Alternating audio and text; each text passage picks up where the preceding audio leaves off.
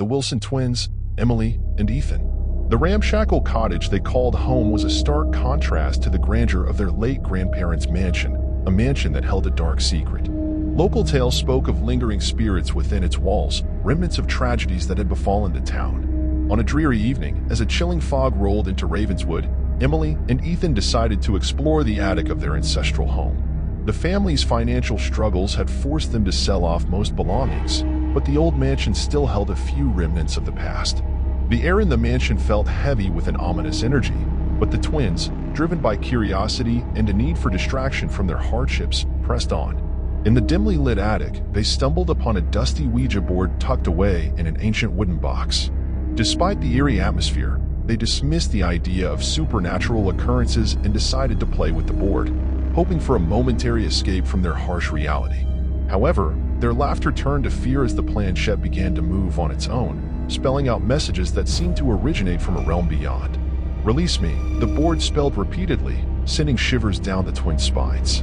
Terrified, Emily and Ethan tried to end the session, but the planchette refused to stop. A cold gust of wind extinguished the flickering candlelight, leaving them in darkness.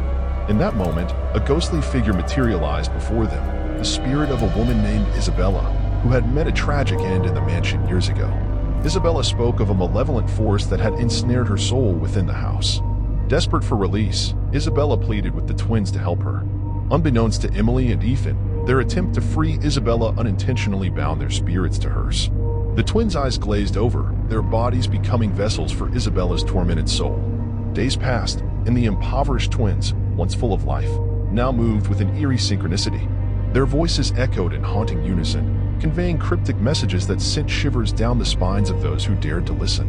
The town's already wary residents became even more cautious, sensing a malevolent force emanating from the now dilapidated Wilson mansion. Word of the possessed twins spread throughout the town, turning the Wilson cottage into a place of dread. The townsfolk spoke in hushed tones about the impoverished family and the supernatural affliction that had befallen them. Those who braved approaching the mansion reported hearing chilling whispers and witnessing flickering lights that danced in strange patterns through the broken windows. As the possession deepened, Emily and Ethan's impoverished existence became entwined with the tormented spirit of Isabella. The twins, once bound by the struggles of poverty, were now lost in the darkness, forever trapped within the decaying walls of the mansion that mirrored the despair of their own lives.